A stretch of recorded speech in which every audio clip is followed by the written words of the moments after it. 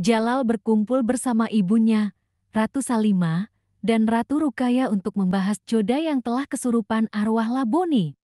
Safudin sedang diinterogasi karena sudah memprovokasi Murad. Dia berkata kalau akan menjauh dari Agra, tapi Rahim menyuruh Safudin dipenjarakan. Adegan lain Jalal berkumpul bersama para menterinya untuk memberitahu bahwa Joda sedang kerasukan. Jalal berkata dia harus mencari Yukinan, karena sebelumnya dia sudah menyelamatkan aku dengan bantuan Ratu Joda. Setelah itu Jalal pergi meninggalkan ruangan.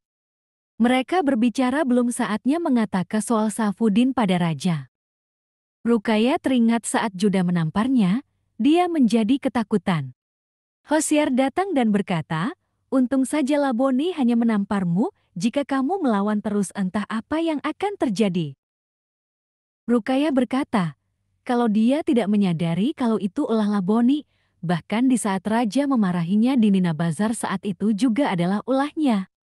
Dan semoga Ratu Joda cepat terbebas dari arwah Laboni. Akhirnya Jalal menemui Yukinan, Yukinan sedang bersemedi. Yukinan langsung menebak kalau Ratu Joda sedang kerasukan arwah Laboni. Jalal berkata bukannya Laboni sudah tiada, Yukinan menjawab arwahnya masih gentayangan, karena dia masih memiliki keinginan yang belum terwujud.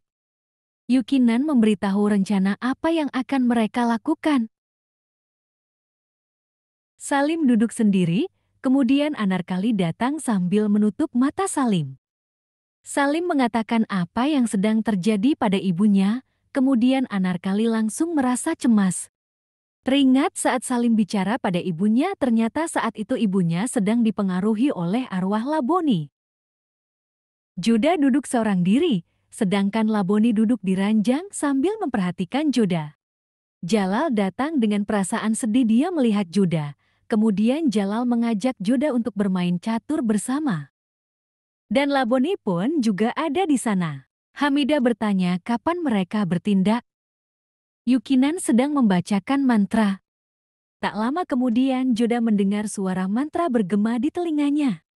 Joda tidak senang karena suara mantra terus bergema di telinganya. Dia sampai menutup telinganya, kemudian Joda marah dan menuju keluar halaman istana. Di halaman dia semakin histeris. Jalal melihat Joda dengan perasaan sedih, begitu juga dengan Rukaya, Salim Hamidah, dan Salimah.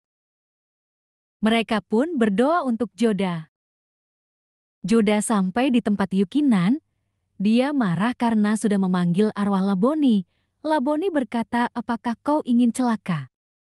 Yukinan berkata kalau malam ini adalah malam suci, dan dia ingin membebaskan orang dari setan seperti Laboni. Yukinan langsung membuat lingkaran api, supaya Laboni tidak bisa menembus ke arahnya.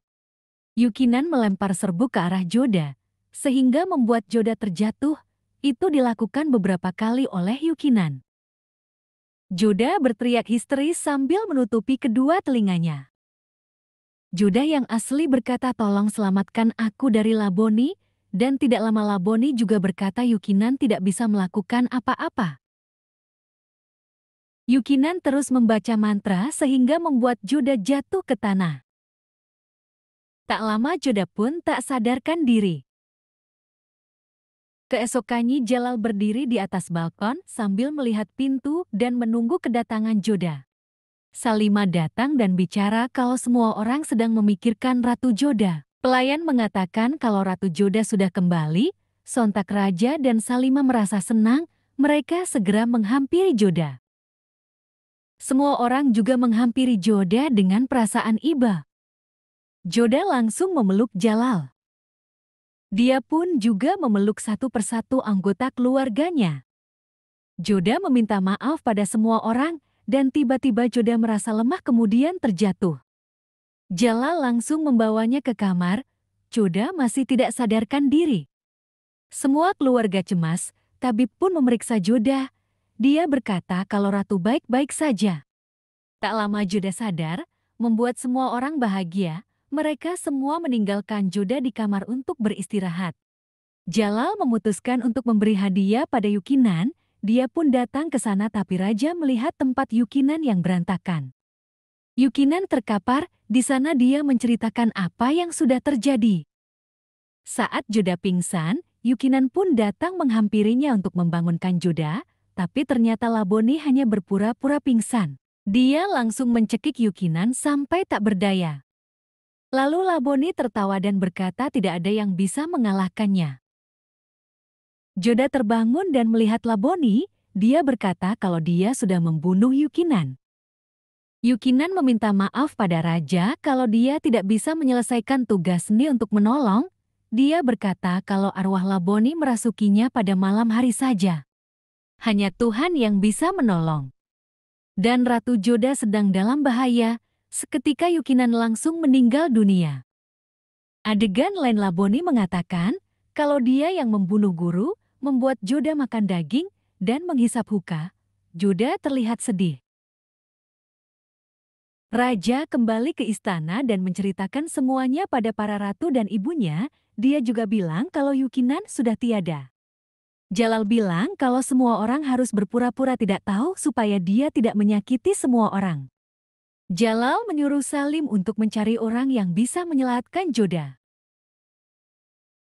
Jalal berpikir bagaimana cara untuk menyelamatkan Joda dari Laboni. Seketika dia teringat saat dia, Joda, dan Arambanu bermain teka-teki dan mendapatkan ide. Abu Pasal mengatakan pada Salim kalau yang menyerang dia saat itu adalah Safudin, dan mereka sudah menahannya. Salim berkata kalau yang dilakukan Abu Pasal sudah benar. Joda menangis dan Laboni mengejaknya.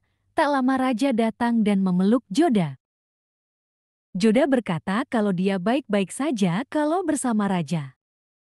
Dan raja berbisik seraya berkata kalau dia akan membebaskan Joda dari Laboni. Joda pun hanya tertegun melihat Jalal.